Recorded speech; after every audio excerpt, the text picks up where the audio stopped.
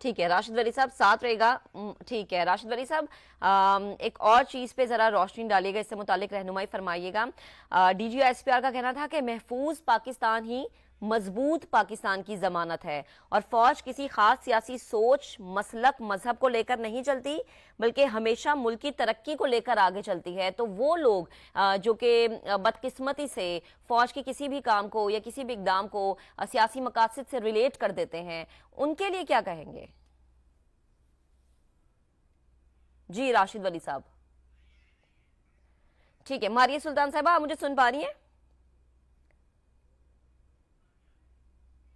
جی ٹھیک ہے, ماریہ سلطان صاحبہ سے بھی رابطہ بحال کرتے ہیں اور راشد ولی صاحب سے بھی رابطہ بحال کرنے کی کوشش کرتے ہیں. تو اب سے کچھ دیر پہلے D G I S P R lieutenant general Ahmed Sharif Chaudhry sahib کر رہے تھے میڈیا سے گفتگو, پریس کانفرنس کر رہے تھے, اور D G I S P R کا یہ کہنا تھا کہ مسلح افواج حق خود ارادیت کے لیے کشمیریوں کے شانہ بشانہ ہے.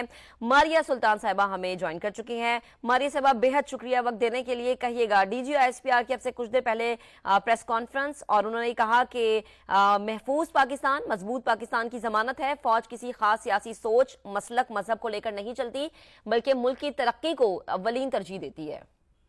اس میں تو کوئی دو رائے نہیں ہے. ہم سب سمجھتے ہیں کہ اس وقت پاکستان کو 5ویں طرز جنگ کا سامنا ہے, اور 5ویں طرز جنگ جو ہے اپنی بنیاد اس بات پہ رکھتی ہے کہ ملک کے اندر جو ادارے ہیں یا جو گورننس چیلنجز ہیں ان کے اندر اضافہ ہو تاکہ دشمن ان کو استعمال کر سکے اور دلالیں ڈال سکے.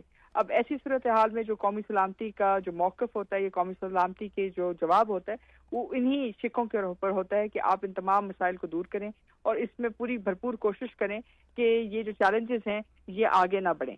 یہی وجہ ہے کہ اس وقت جو کچھ D G I S P R نے کہا اس کی بنیاد بھی اسی بات پر ہے کہ پاکستان کے اندر جو کوشش کی جا رہی ہے فوج کی طرف سے وہ یہی ہے کہ ملک کی جتنے بھی چیلنجز ہیں بالخصوص قومی سلامتی کے ساتھ ان کو دور کیا جائے اور عوام اور فوج کے ساتھ مل کر جو ہے ان تمام چیزوں کا حل ڈھونڈا جائے.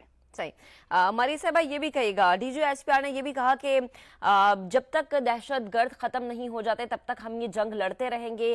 گوادر کے حوالے سے بڑی واضح بات انہوں نے کی, بلوچستان میں جو تنظیمیں سر اٹھا رہی ہے اس حوالے سے بڑی واضح بات انہوں نے کی کہ بیرونی فنڈنگ کیوں ہو رہی ہے, کہاں سے ہو رہی ہے, ہمیں سب پتہ ہے. دیکھیں ظاہر سی بات ہے کہ اصل بات تو یہی ہے کہ جب بھی ملک میں کسی ملک کو دہشت گردی کا سامنا ہوتا ہے, جس طرح کی دہشت گردی کا پاکستان کو اس وقت سامنا ہے, وہ اس بات کی واضح نشاندہی ہے کہ آپ کے پاس ایک بہت بڑی فائنینسنگ آ رہی ہے, کیونکہ کسی بھی دہشت گرد کارروائی میں کوئی ہزاروں کی گیم نہیں ہے, اس سے بہت زیادہ جو ہے ڈالرز کے اندر پیسے خرچ ہوتے ہیں. تو بات یہ کہ یہ پیسے کون دے رہا ہے, یہ تربیت ان کی کون کر رہا ہے, اور اس کے بعد اس منظم طریقے سے جو حملے ترتیب دیے جاتے ہیں وہ کیسے دیے جاتے ہیں. جیسے کہ آپ کو بتایا انہوں نے آج کی پریس کانفرنس میں 23,000 سے زیادہ انٹیلیجنس بیسڈ آپریشنز ہوئے ہیں. اس کا مطلب کیا ہے؟ اس کا مطلب یہ ہے کہ 23,000 سے زیادہ جو ہے دہشت گردی کے واقعات آپ کے ملک میں جڑ پکڑ سکتے تھے اگر آپ ان کا جواب نہ دیتے. دوسری بات یہ کہ اس میں آپ کے پاس کرمنل نیٹ ورکس ہیں, سیاسی مفادات ہیں, اس میں وہ جو ہے بزنس مفادات ہے, اس کے علاوہ جو ہے باقی دشمنوں کی جو ہیں چالیں ہیں جو چاہتے ہیں کہ آپ کے ملک کے اندر جو بھی چیلنجز ہیں ان کو وہ اپنے مقاصد کے لیے استعمال کریں. پاکستان تو اس کا جواب دے گا, اور ظاہر افواج پاکستان جو ہے پاکستان کے دفاع کے لیے کسی بھی حد تک جائیں گے, لیکن مسئلہ صرف اس بات پر نہیں ختم ہوتا کہ اسی وقت اس میں آپ کو کچھ ترقی ہوگی اگر آپ ایک منجمد ایک بڑی پالیسی ترتیب دیتے ہیں جس پہ تمام سٹیک ہولڈرز آن بورڈ ہوں. ٹھیک ہے ماریہ صاحبہ ساتھ رہے گا. فاروق حمید صاحب سینئر اینالسٹ ہمیں جوائن کر چکے ہیں. فاروق حمید صاحب بے حد شکریہ وقت دینے کے لیے.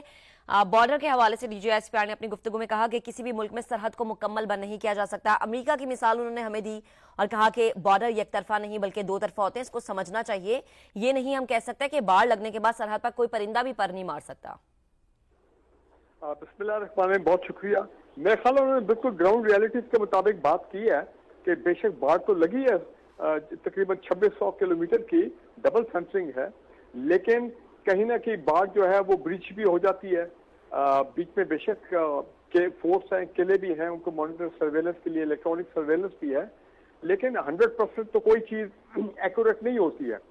اور دوسرا طریقہ یہ ہے کہ یہ انہوں نے پہلے بھی کہا کہ یہ جو بارڈر کے جو کراسنگ پوائنٹس ہیں, جی اگر بارڈر سیکیورٹی مینجمنٹ ٹھیک نہیں ہوگی, اور آپ کو معلوم ہے کہ لوگ آتے ہیں بڑی ہزاروں کی تعداد میں, لوگ پاک افغان بارڈر جو ہے وہ دن میں کراس کرتے ہیں دونوں سائڈ سے, اور اگر وہاں پہ اور صرف اگر ٹیمپرری آئی ڈیز ہوں گے, ٹیمپرری آئیڈینٹیفیکیشن ہوگی پاسز کے اوپر, تو پھر تو جو دہشت گرد ہے وہ بھی اپنا بیچ میں آ سکتے ہیں, وہ بھی مل کے بیچ میں آ جائیں گے.